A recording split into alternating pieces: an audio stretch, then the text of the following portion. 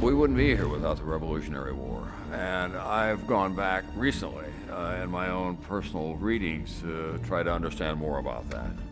How brave they were, and they were not just brave in a military sense, they were intellectually brave. The people who were in the forefront of the revolution were people engaged in commerce because they felt most specifically and directly British interference, British taxation and limitations.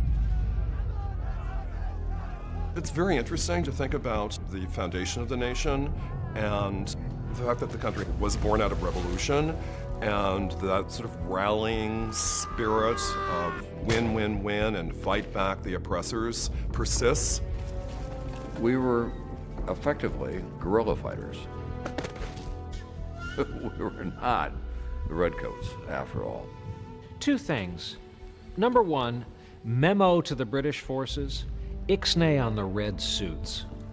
That was probably not tactically the best move. Number two, if you're going up against guys who are using blankets for shoes in the middle of winter, bring your best game, because they'll open a can of early American whoop-ass on you.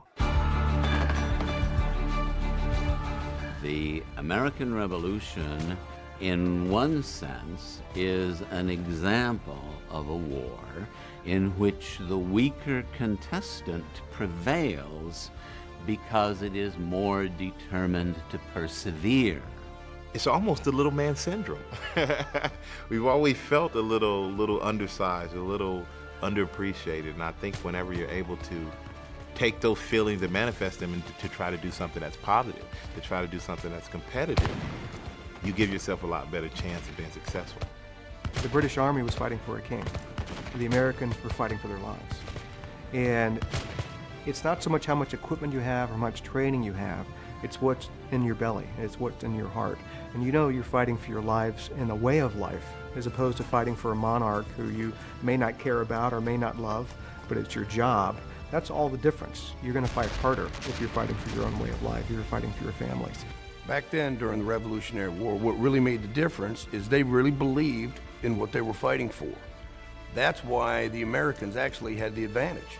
This is a case of hanging on in the face of the British actions long enough to where the British literally would grow weary of this and realize that it was endless, they could not prevail. In the last analysis, the British were willing to cut a deal with the Americans in order to make sure that they could preserve their power in Europe.